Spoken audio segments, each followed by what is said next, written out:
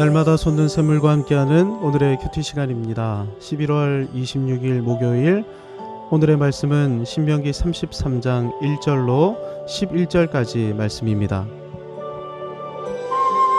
하나님의 사람 모세가 죽기 전에 이스라엘 자손을 위하여 축복함이 이러하니라. 그가 일렀으되, 여호와께서 시내산에서 오시고 세일산에서 일어나시고 바란산에서 비추시고 1만 성도 가운데에 강림하셨고 그의 오른손에는 그들을 위해 번쩍이는 불이 있도다. 여호와께서 백성을 사랑하시나니 모든 성도가 그의 수중에 있으며 주의 발 아래에 앉아서 주의 말씀을 받는도다. 모세가 우리에게 율법을 명령하였으니 곧 야곱의 총회의 기업이로다. 여수론의 왕이 있었으니 곧 백성의 수령이 모이고 이스라엘 모든 지파가 함께 한때로다. 르우벤은 죽지 아니하고 살기를 원하며 그 사람 수가 적지 아니하기를 원하나이다. 유다엘의 한 축복은 이러하니라. 일렀으되, 여호와여, 유다의 음성을 들으시고 그의 백성에게로 인도하시오며 그의 손으로 자기를 위하여 싸우게 하시고 주께서 도우사 그가 그 대적을 치게 하시기를 원하나이다. 레위에 대하여는 일렀으되, 주의 둠밈과 우림이 주의 경건한 자에게 있도다. 주께서 그를 마사에서 시험하시고 무리바 물가에서 그와 다투셨도다. 그는 그의 부모에게 대하여 이르기를 내가 그들을 보지 못하였다 하며 그의 형제들을 인정하지 아니하며 그의 자녀를 알지 아니한 것은 주의 말씀을 준행하고 주의 언약을 지킴으로 말미암음이로다. 주의 법도를 야곱에게 주의 율법을 이스라엘에게 가르치며 주 앞에 분향하고 온전한 번제를 주의 제단 위에 드리리로다. 여호와여, 그의 재산을 풍족하게 하시고 그의 손의 일을 받으소서. 그를 대적하여 일어나는 자와 미워하는 자의 허리를 꺾으사 다시 일어나지 못하게 하옵소서. 신명기 33장이 어떤 장인지 33장 1절이 다음과 같이 규정합니다. 하나님의 사람 모세가 죽기 전에 이스라엘 자손을 위하여 축복함이 이러하니라. 신명기 33장을 가리켜 모세는 하나님의 사람 모세의 축복이라고 말하는데, 히브리어 원문으로 보면 버조트 하보라카, 이것은 축복인데 어떤 축복인고 하니 베라크 모셰 이시 하 엘로힘, 그 하나님의 사람 모세의 축복, 이렇게 되어 있습니다. 모세가 어떤 사람이라고요? 그 하나님의 사람입니다. 여호와 하나님께서 애굽으로부터 이스라엘을 구원해 내실 때 하나님의 능력의 통로로 쓰임 받았던 그 사람이 모세입니다. 여호와 하나님께서 이스라엘과 시내산에서 영원한 언약을 체결하실 때 하나님을 대신하는 언약의 중보자로 들어 쓰신 그 사람이 모세입니다. 광야 40년은 어떻습니까? 여호와 하나님을 대신해 이스라엘을 인도하고 지도했던 위대한 인물이 바로 모세입니다. 따라서 이스라엘에게 있어 모세의 말은 곧 여호와의 말씀이었습니다. 모세가 말씀의 대언자였기 때문입니다. 그러니 그 하나님의 사람 모세의 축복은 곧 여호와의 축복입니다. 신명기의 대미를 장식하는 말씀이 뭐라고요? 여호와의 축복인 것입니다.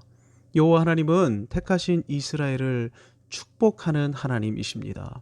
그래서 아브라함과 언약을 체결하시면서 신명기 12장 2절의 말씀으로 언약하셨는데, 새번역 성경으로 읽으면 다음과 같습니다. 내가 너로 큰 민족이 되게 하고 너에게 복을 주어서 내가 크게 이름을 떨치게 하겠다. 너는 복의 근원이 될 것이다.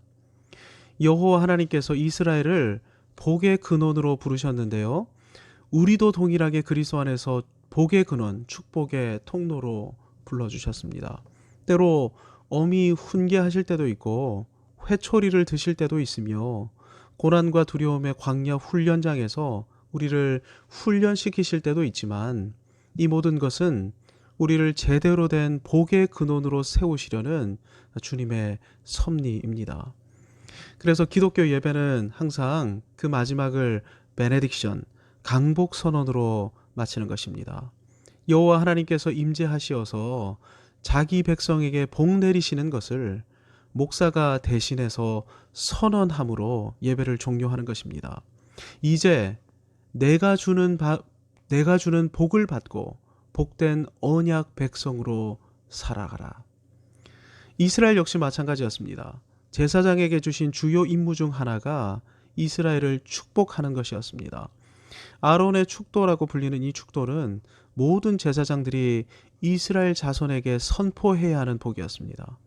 여호와는 내게 복을 주시고 너를 지키시기를 원하며 여호와는 그의 얼굴을 내게 비추사 은혜 베푸시기를 원하며 여호와는 그 얼굴을 내게로 향하여 드사 평강 주시기를 원하노라.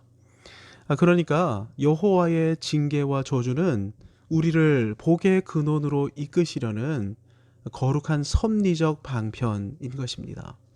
이 사실을 믿으시고 날마다 자신과 자녀들을 향해 믿음으로 선포하시기를 바랍니다. 여호와께서 나를 복의 근원으로 축복의 통로로 삼으셨다. 그러니 나는 복이다. 자녀의 머리에 안수하면서 선포하십시오. 여호와 하나님께서 너를 복의 근원으로 삼으셨다. 너는 이 세상을 향한 하나님의 위대한 선물이다. 너는 복이다. 그런데 복의 근원으로 살아가기 위한 방편이 무엇일까요? 2절부터 4절까지가 복의 근원으로 살아가는 삶의 방편에 관한 말씀입니다. 복으로 살아가는 방편은 시내산 언약인 율법을 붙드는 것입니다.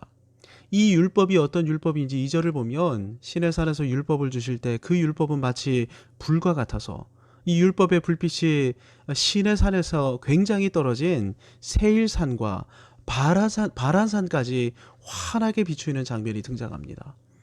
예수님은 이 본문 2절의 말씀을 염두에 두시면서 마태복음 5장 14절에서 우리의 정체성을 다음과 같이 말씀하신 바 있습니다. 너희는 세상의 빛이라. 산 위에 있는 동네가 숨겨지지 못할 것이요. 우리가 율법의 말씀을 붙들고 살아갈 때 우리를 통해 율법의 불빛이 온 세상을 환하게 밝히게 될 것이라는 것입니다. 세상을 밝히는 뜨겁고 밝은 빛. 이런 존재로 살아가라고 3절을 보면 여호와 하나님께서 이스라엘을 사랑하셔서 주의 말씀을 받게 하셨던 것입니다. 따라서 말씀을 듣는 성도 안에는 불이 타올라야 합니다. 성도의 마음에는 율법적 진리로 말미암는 이글거리는 뜨거움, 열정이 있어야 하며 시간과 공간을 초월하는 변함없는 진리의 빛 역시 내재해 있어야 하는데 진리의 빛과 열을 머금고 살아가는 유일한 방법은 여호와의 말씀인 율법을 주야로 묵상하고 그 말씀에 기록된 대로 따르며 사는 것밖에는 다른 방법이 없는 것입니다. 성령은 진리의 영이십니다. 성령께서 역사하실 때 진리로 말미암아 우리의 가슴이 불타오르게 되지요. 진리로 말미암는 뜨거움과 열정이 날마다 새롭게 되기를 기도하시기를 바랍니다. 본문에서 여호와 하나님께서는 우리가 율법의 말씀을 붙들고 살 때 복의 근원으로 살게 되는데 구체적으로 르우벤의 복, 유다의 복, 레위의 복을 받게 된다고 말씀하고 계십니다. 르우벤의 복은 종족 보존의 복입니다. 6절을 보시기 바랍니다. 르우벤은 죽지 아니하고 살기를 원하며 그 사람 수가 적지 아니하기를 원하나이다. 아시는 것처럼 르우벤은 아버지 침상을 더럽힌 죄로 장자권을 상실했고 그래서 탁월한 존재로 살아갈 수 없게 되었습니다. 하지만 그럼에도 불구하고 하나님께서는 르우벤에게 죽지 않고 살 수 있게 하시며 여전히 번성할 수 있도록 복을 선언하고 계시는 것입니다.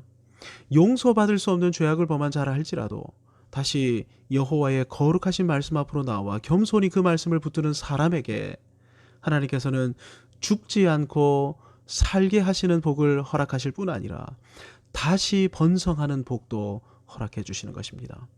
혹시 죄 가운데 거하거나 회개하지 않는 죄악을 품고 계시는 분이 계시다면 겸손히 돌이켜 회개하실 뿐 아니라 말씀을 붙드시기 바랍니다. 여호와께서 주시는 회복의 복을 경험하게 될 것입니다. 유다에게 주신 복은 이스라엘의 왕권을 차지하는 복입니다. 여호와여, 유다의 음성을 들으시고 그의 백성에게로 인도하시오며 그의 손으로 그가 대적을 치게 하시기를 원하나이다.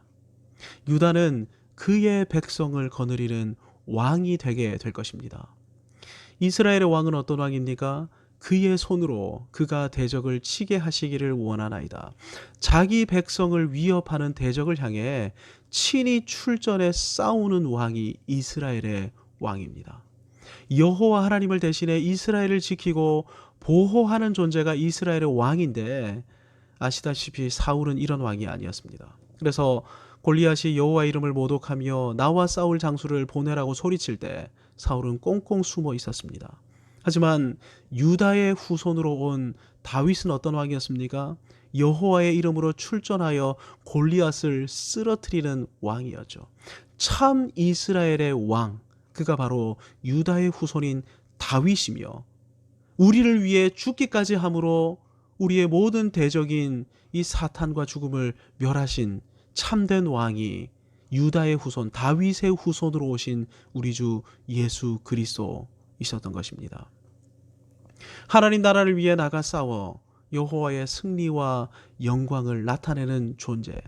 누가 이렇게 살아갑니까? 여호와의 말씀을 듣고 그 말씀에 붙들려 살아가는 사람이 이런 왕 같은 존재로 살아가는 것입니다. 그래서 베드로전서 2장 9절은 다음과 같이 말씀하는 것입니다. 너희는 택하신 족속이요 왕 같은 제사장들이요. 주님 말씀 붙들고 사랑과 희락과 화평과 오래 참음과 자비와 양성과 충성과 온유와 절제의 열매를 맺어가면서 사람을 섬기시기 바랍니다. 그래서 형제를 구원해내시고 형제를 살려내시기 바랍니다. 말씀 붙들고 사는 사람은 형제를 구해내는 왕적 존재로 살아가는 복을 누리게 될 것입니다. 레위에게 주신 복은 거룩한 중보적 직임을 감당하는 복입니다. 레위에게 주신 두 가지 중보직은 말씀 교육의 직임과 예배 봉사의 직임입니다. 여호와를 대신해 여호와의 말씀을 가르치고 백성들을 대신해 희생 제사를 드리는 중보자가 레위였는데, 말씀을 붙들고 말씀대로 살아가는 사람이 이런 고귀한 직분을 받아 누리게 된다는 것입니다. 하나님은 우리를 복으로, 복의 근원으로, 축복의 통로로 부르셨습니다. 부르심에 합당한 존재로 살아가는 방법은 오직 여호와 하나님의 거룩하신 말씀을 묵상하고 그 말씀을 따라 사는 것밖에는 없습니다.